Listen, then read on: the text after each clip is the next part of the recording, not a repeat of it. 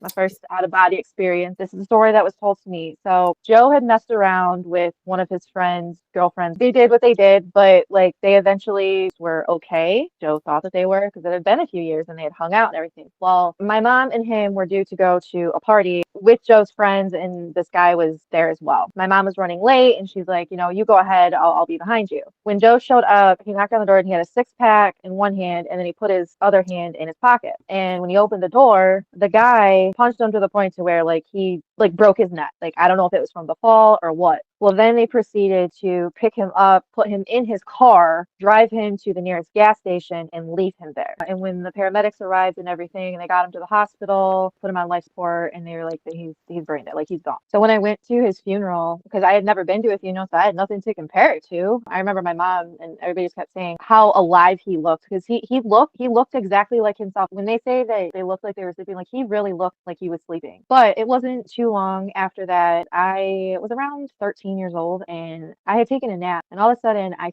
felt that I was like being lifted out of my body, and I like walked down my stairs. I stood right by the door, and right by the door Joe was standing there. And I said, Joe, I said, what are you doing here? And I could feel myself getting emotional about it. And he said, I have a message for you. I said, am I dead? And he goes, no, you're not dead. I said, am I dying? And he goes, no. And he chuckled and he's like, you're gonna live a long and happy life. He's like, I have a message. And I said, what? And he's like, please tell your mom that I'm sorry and I love you guys and I'm really sorry. And I said, okay. It looked like he was listening to something off in the distance, and he kind of looked up and he said, I have to go now. I said, no, wait. I said, please, Joe. I said, don't go, don't go. And I woke myself up saying, no, don't go, don't go. Like, after his passing and before that dream, we had this little, it's like just a little average desk clock. It started to go backwards. The time started to go backwards. Like my mom tried to change the batteries. She tried to wind it and to get it to go forward. Like she banged it. Like nothing was getting this clock to go forward. And then I had that dream. It stopped. That was like right around the time that I started to like really open up to things and recognize that I was different than other kids. They were not experiencing the same things that I was. I think that was a big part of him coming back and telling me that I'm sorry. I told my mom after it happened, she goes, wow. I said, does that make sense why he would say that? And she's like, yeah.